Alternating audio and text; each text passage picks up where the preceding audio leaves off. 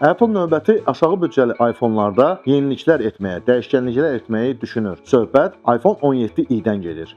Növbəti iPhone yenilənmiş dizayna və bir qədər sadələşdirilmiş daxili hissəyə malik olacaq. Insiderlərin fikrincə iPhone 16 aşağı büdcəli i seriyasının ən diqqətə layiq yeniləməsi olacaq. Device Dynamic Island-la əsas iPhone modellərindən vizual olaraq daha yaxınlaşacaq. Dizayn standart iPhone 17i-ni əks etdirəcək, lakin tək arxa kamera ilə təchiz olunacaq. Yeganə mübahisəli cəhət ProMotion texnologiyası olmadan 60 Hz yeniləməsi sürətinə malik 6.1 inçlik ekrandır. Görünür ki, Apple iPhone 16-larda olan displeylərdən istifadə etmək qərarına gəlib. Sürət baxımından smartfon A19 çipinə sahib olması gözlənilir. Lakin daha yüksək səviyyəli modellərinin məsafəni qorumaq üçün qrafik imkanlar azaldılacaq. Ön kamera da yenilənəcək. Mənbəyə görə device Central Stage texnologiyasına malik olan kvadrat 18 megapiksellik sensora malik olacaq. Arxa tərəfdə tək 48 megapiksellik kamera. İçərisində isə Apple-ın özünün C2 və M1 çiplərinin olması deyilir. Bu da məlumatın ötürülməsi sürətini nəzərə çarpacaq dərəcədə artıracaq.